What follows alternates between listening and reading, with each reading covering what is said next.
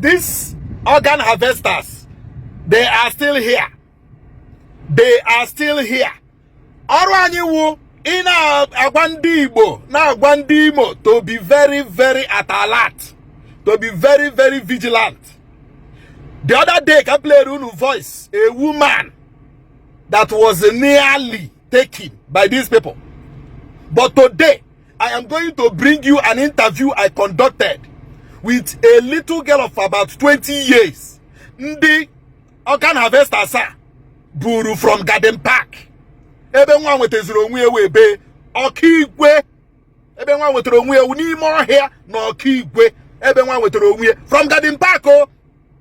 Ka nwa abara moto ka ọlawa onwe lawara onwe ebe ọ na-ala. Ebe nwetezuru onwe ewu n'ime ọhịa na Okigwe. Ọ bahụrụ igbu oge. Because this girl, Chineke wu onye zọrọ ya. Ahịa o miracle. Chineke zọrọ ya. And Chineke asọkwara na ya zọrọ ya so that other people will learn. Other people will learn.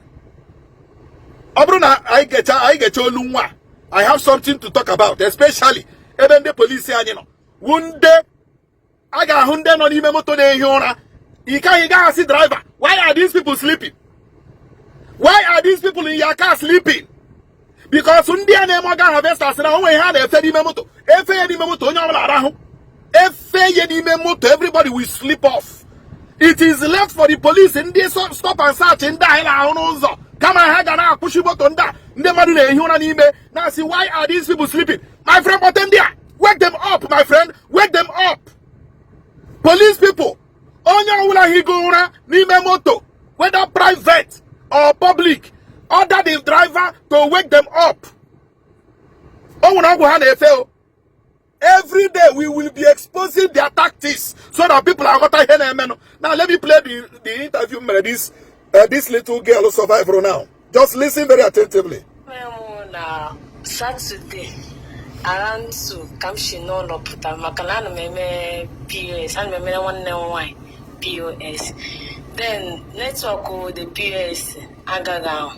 So ma gbaze momem say gamga rosa ebe obi na MCC ebe wedra gamga nya the PS come on eme the me shizie na ya putaze baze bike ebi msale buru pushizie na that rugo market baze moto Garden Park ha pushizie na Garden Park moto wedra nonga na enudiri okay ma ba na moto ebe mba n'ihu with one boy ochilo to sim kamba ese ma siamba me do na akụkụ ya shift inside me do ngamba moto him from Ghana 2 boys na 3 girls ma bata mezie ha 4 girls no nga and uzinga mo 2 girls abatazi moto use go share but before ya po we driver no mere ya po we driver no mere ya gbe ya windscreen ya where kasifo hishige the windscreen the thing ya ishacha start is moto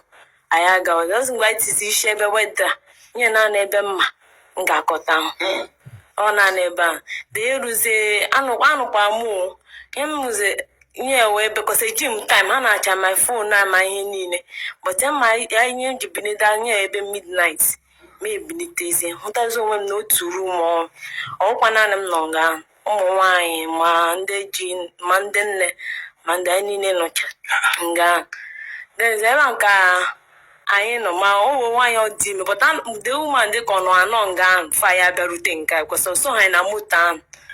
Then see, oh, the honey, the worst part to honey no gun, no charm mask. Those guys no mask, both the female that are working with them, no palm mask. So I never phone getting get too much. I am boroya ba the person who pay pass by pass. Hey.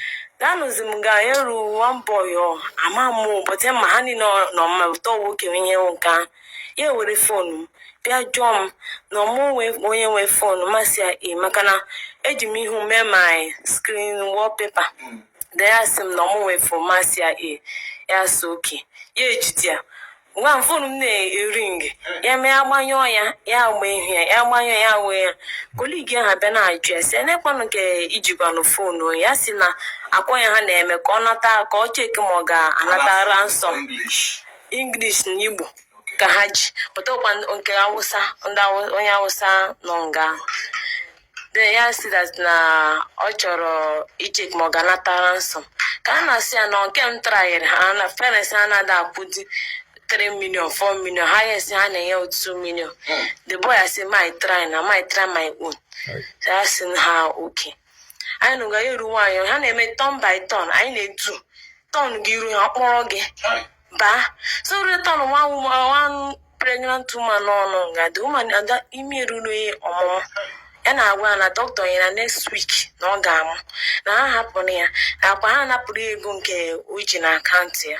The woman is on nga no wereze egbe n'ihu anyị gbaze the woman nke ọzọ abịa were mma chapụzie ya onu then n'ihu anyị nga ka nke eme then ihe nnukwu n'akụkụ the woman ha na-eme turn by turn ya return ga akpọrọ that boy ji phone ma abịa sị na mbinye na mshinga mbinye ụjọ abịa m n'ahụ meche na oge mụ eruwe ya sị na m ga-du n'akụkụ onye ke n'ebe ma agafechikwa 5 people bịa du nkwa nga onye ha na-eme de ya nọ na nga Saturday Sunday no food naanị mmiri ka ha nyege pure water no food the rose on Monday evening the way abịa jom na phone me ring too much na self ọ bụ na WhatsApp because agbapecha m ihe niile ego na my POS ntị na account because asị m nọta ma ba na Access Bank withdraw ego m ji eme business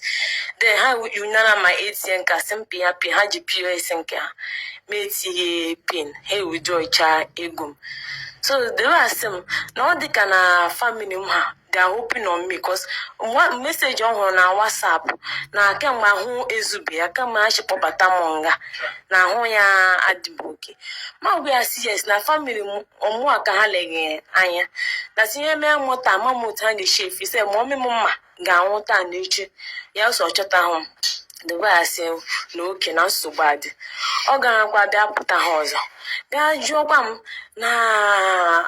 na nye ọchị ịgba m nwa ga-apụ on Monday evening Tuesday morning ka ọ ga-apụ na ọchị ga delivery nye nwa ọkụ juju onye ma ngo shisha n'ọnụ pụ pass ọchị ga deliver pass ndị mmadụ yes neke ha court na ọchị ga deliver ụjọ abịanụ m ya gwa sị na m ga ma dị alert sa ya kpọte m mesowe ya immediately ma agbanụ nkịtị nọrọ nga ebe akpa ekpekwe ha mee ha kpọrọ ndị mmadụ ha ba onye na-akpọrọ ya agazighị afọ ịkpọta ya ga-ha n'olu onye ahụ ebo ya ntị ya mebe ọ ga-ngwa ha kọtụrụ ya olu afta mgbe anyị nụcha olu ya agaghị anụ ọzọ so o ruziole Tuesday morning nye dịka ebe 4-5 dewe abịabịa o jikwa fonu m ya bịa kpọte m were fonu m ọkụ fon gba m n'ihu ma hụ data mie 2:5 4:32 so dewe asị m na mbinye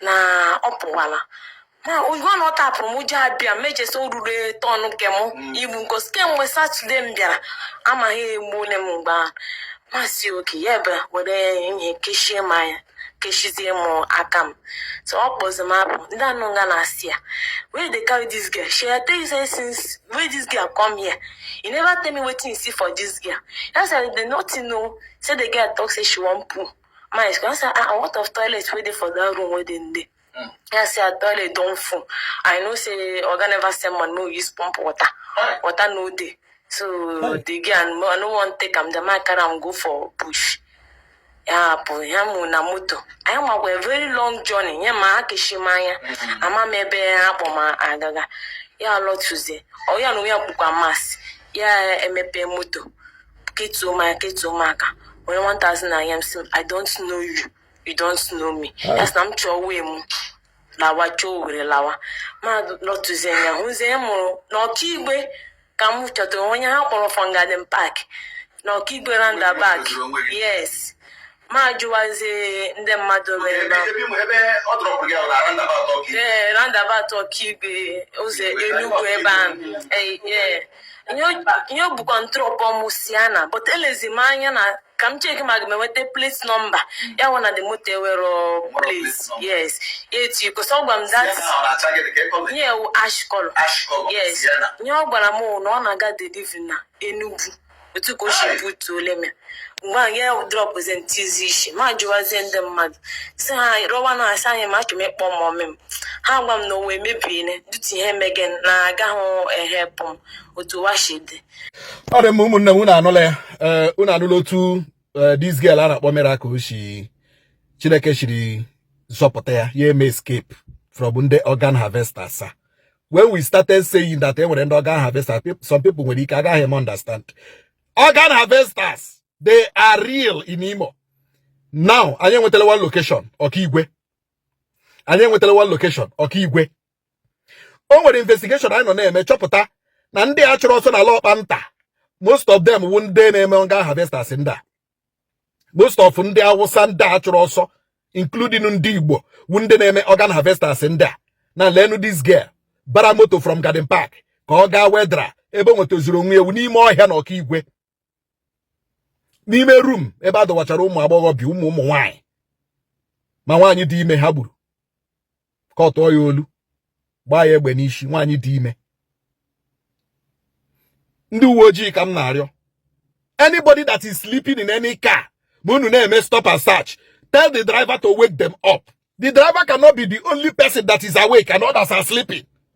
The driver cannot be the only person awake and others are sleeping. Please, in the police, I come na riunu bikonu. Ejim Chineke ariunu arịrịọ.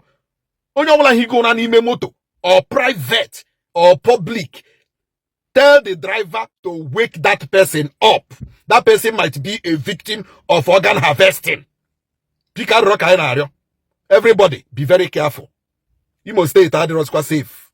The organ harvesters are everywhere. Because that girl Charakuo, that even when they are there, they are still bringing more people with the boss Imo. They are still bringing more people with the boss Imo, painted blue and white. In case you pick one from Garden Park to Imo here no Kigwe, wo boss Imo painted blue and white.